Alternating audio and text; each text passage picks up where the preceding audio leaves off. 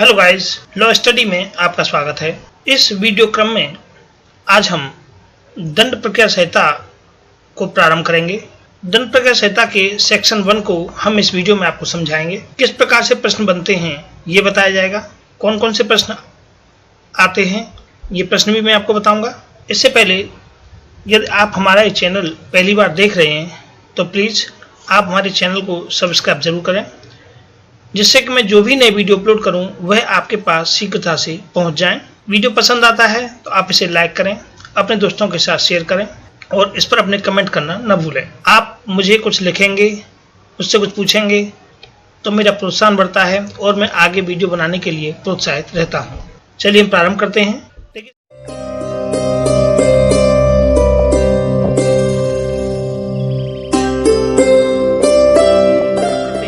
देखिए, सबसे पहले हम समझते हैं कि आखिर सीआरपीसी क्या है, जिसे हम दंड प्रक्रिया संहिता या क्रिमिनल प्रोसीजर कोड बोलते हैं।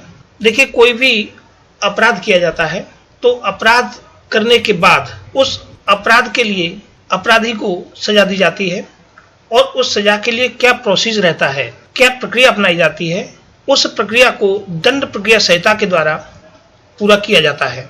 यह सिद्ध करने के लिए कि किसी व्यक्ति ने कोई अपराध किया है, जो प्रक्रिया अपनाई जाती है या अपनाई जानी चाहिए, उस प्रक्रिया को दंड प्रक्रिया संहिता या क्रिमिनल प्रोसीजर कहते हैं। भारत में इसके लिए दंड प्रक्रिया संहिता 1973 प्रयुक्त होती है।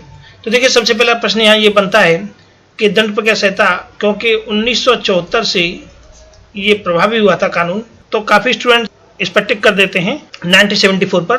तो ये बात समझिए कि जो सीआरपीसी है वो सीआरपीसी 1973 है, न कि 1974। ये केवल 1 अप्रैल 1974 से लागू हुई थी। बाकी जो इसका ड्राफ्ट बनकर तैयार हुआ था 1973 में तैयार हुआ था और वहीं इस पर राष्ट्रपति के द्वारा इसको हस्ताक्षरित किया गया था। चलिए हम सीआरपीसी का सेक्शन 1 देखते हैं। देखिए, सीआरपीसी का सेक्शन 1, इसकी संक्षिप्त नाम, इसका विस्तार और इसके प्रारंभ के विषय में है। दिस एक्ट में be called the code of criminal procedure 1973। इस एक्ट का जो नाम है वो दंड प्रक्रिया संहिता 1973 है। It extend to the whole of India except the state of Jammu and Kashmir. Jammu Kashmir राज्य को छोड़ करके ये संपूर्ण भारत पर लागू है। जम्मू कश्मीर राज्य को छोड़ करके संपूर्ण भारत पर लागू है, परंतु इसके कुछ जो प्रोविजन हैं इस संहिता के चैप्टर 8, 10 और 11 से भिन्न उपबंध, चैप्टर 8, 10 और 11 से भिन्न उपबंध नागालैंड राज्य और जनजाति क्षेत्र। इस संहिता के चैप्टर 8, 10 और 11 से भिन्न उपबंध नागालैंड राज्य और जनजाति क्षेत्रों पर लागू नहीं होंगे। लेकिन अगर राज्य सरकार चाहे तो एक अधिसूचना के द्वारा नागालैंड राज्य में या जनजाति क्षेत्रों में इसके कुछ उपबंधों को या संपूर्ण संहिता को या इसके किसी भाग को लागू कर सकती है और इसके लिए सरकार को नोटिफिकेशन देना होगा कि हम अमुक भाग में इस संहिता को लागू कर रहे हैं, या इसका इतना भाग लागू किया जाएगा या संपूर्ण संहिता लागू की जाएगी। जो भी और जैसा भी सरकार अगर वहाँ लागू करेगी तो उसका नोटिफिकेशन सरकार को देना पड़ेगा। इसके बाद देखिए, इसको जो स्पष्टीकरण बताता है कि 21 जनवरी 1972 से ठीक पहले संविधान की जो छठी अनुसूची के 20वें पैरा में असम राज्य के में जो भी जनजाति क्षेत्र शामिल थे उन सबको जो है जनजाति क्षेत्र में माना गया है, वो भी 21 जनवरी 1972 के ठीक पहले। और इसके बाद में इसका शिलांग नगर पालिका के कुछ क्षेत्र भी जनजाति क्षेत्रों में शामिल हैं। It shall come into force on the first day of April 1974। जो दंड प्रक्रिया संहिता जो प्रवर्तन में आई, ये 1 अप्रैल 1974 से प्रवर्तन में आई। क्वेश्चन यहाँ बनता है कि 1 अप्रैल दंड प्रक्रिया संहिता कब से लागू हुई, तो 1 अप्रैल 1974 से। चलिए हम इसकी आपको एक समरी टाइप में समझाते हैं। भारत में पहली बार दंड प्रक्रिया संहिता का निर्माण 1898 ईस्वी में प्रारंभ किया गया था। वर्तमान में जो दंड प्रक्रिया संहिता लागू है उस पर संसद के दोनों सदनों में पारित होने के बाद राष्ट्रपति ने 25 जनवरी 1974 को हस्ताक्षर किए थे। प्रश्न यह बनता है कि राष्ट्रपति के द्वारा ये कब हस्ताक्षरित किया गया था, तो 25 जनवरी 1974 को यह हस्ताक्षर किया गया था तथा 1 अप्रैल 1974 से इसे लागू कर दिया गया। दंड प्रक्रिया संहिता का प्रभाव भूतलक्षी होता है। देखिए, दो तरह के प्रभाव होते हैं, एक होता है भूतलक्षी और एक होता है भविष्यलक्षी।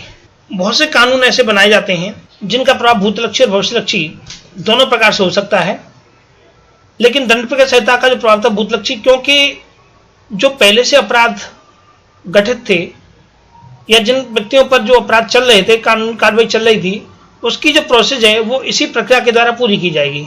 तो इसीलिए जो इसका प्रभाव था भूतलक्षी, अर्थात 1 अप्रैल 1974 से पहले भी यदि किसी व्यक्ति ने कोई अपराध किया है या तो उसने 1970 में अपराध किया है, 1972 में अपराध किया है, 1960 में कोई अपराध किया है, तो उसकी प्रोसेस अभी चल रही है और पूरी नहीं हुई है, तो उसका जो पूरा प्रोसेस किया जाएगा वो इस दंड प्रक्रिया संहिता के अकॉर्डिंग ही किया जाएगा। तो इसीलिए इसका जो प्रभाव है वो भूतलक्षी होता है। भूतलक्षी अर्थात जब ये कानून लागू हुआ है उससे पहले की तिथि से। और ज्यादातर जो दंड कानून बनते हैं उनका प्रभाव ज्यादातर भविष्यलक्षी रहता है। आपको मुझे ये बताना है कि संविधान के किस अनुच्छेद में भूतलक्षी और भविष्यलक्षी कानून की बात कही गई है। आप कमेंट बॉक्स में मुझे लिखकर जरूर बताएं कि संविधान के किस अनुच्छेद में भूतलक्षी और भविष्यलक्षी की बात कही गई है। नेक्स्ट पॉइंट देखते हैं। दंड प्रक्रिया संहिता में कुल 484 धाराएं हैं। दंड प्रक्रिया संहिता में कुल 484 धाराएं हैं तथा 37 अध्याय हैं। तो कुल इसमें 37 अध्याय हैं एवं 2 अनुसूचियां हैं, 2 शेड्यूल्स बने हुए हैं, 484 धाराएं हैं तथा 37 अध्याय हैं। सीधे सीधे यहाँ पे आपके जो प्रश्न ये बनते हैं। दंड प्रक्रिया संहिता के निम्नलिखित उद्देश्य हैं। अब देखिए, कोई भी एक्ट से ही, कोई भी अधिनियम से ही, हर एक्ट के अधिनियम के अपने कुछ उद्देश्य होते हैं जिन उद्देश्यों की पूर्ति के लिए कोई भी कानून लाया जाता है। पहला है इसका कि किसी भी अपराध का विचारण नैसर्गिक न्याय के सिद्धांतों के अनुसार हो। किसी भी अपराध का विचारण जो किया जाएगा वो प्राकृतिक न्याय के सिद्धांतों के अनुरूप होना चाहिए। अन्वेषण एवं विचारण में अनावश्यक विलंब न हो। इन्वेस्टिगेशन किया जाए और जो ट्रायल किया जाए उसमें अनावश्यक विलंब न हो।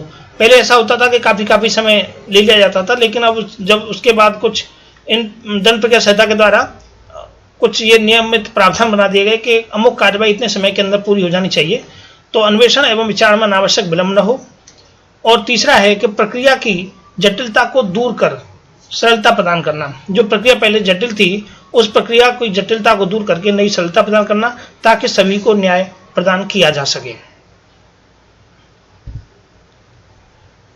इस संहिता का विस्तार जम्मू कश्मीर राज्य, नागालैंड तथा जनजाति क्षेत्र, जम्मू कश्मीर राज्य, नागालैंड तथा जनजाति क्षेत्र, इसके 8, 10 और 11 अध्याय के उपखंडों के सिवाय संपूर्ण भारत पर है। इसका जो प्रभाव है चैप्टर 8, 10 और 11 जनजाति क्षेत्रों के सिवाय संपूर्ण भारत पर है, जब तक कि अन्यथा प्रावधान नहीं किया गया हो। यह संहिता भारत के सभी दांडिक न्यायालयों की कार्रवाइयों को विनियमित करेगी। अगर कोई अन्य संहिता जब तक नहीं आ जाती या किसी अपराध के लिए कोई अलग से प्रोसेस अगर नियत है तो उससे कार्रवाई चलेगी, और यदि नहीं है नियत तो तब तक सभी न्यायालयों पर यह दंड प्रक्रिया संहिता जो है इसके अनुसार जो पूरी कार्रवाई विनियमित की जाएगी भारत के सभी न्यायालयों पर। तो कार्रवाइयों को यह विनियमित। आज के इस वीडियो में इतना ही। मैंने आपको प्रश्न भी बता दिए किस किस प्रकार से पूछे जाते हैं। ये केवल सेक्शन 1 था। नेक्स्ट वीडियो में हम सेक्शन 2, वो काफ़ी बड़ा है, उसे लेकर के आएंगे। और जो भी आपकी प्रॉब्लम्स हो आप मुझसे कमेंट बॉक्स में लेकर पूछ सकते हैं। आपको कोई दिक्कत आई हो तो भी आप मुझे वीडियो के कमेंट बॉक्स में ज़रूर बता दें। धीमे धीमे हम ये वीडियो की सीरीज़ को आगे बढ़ाएंगे। So thank you for watching and take care.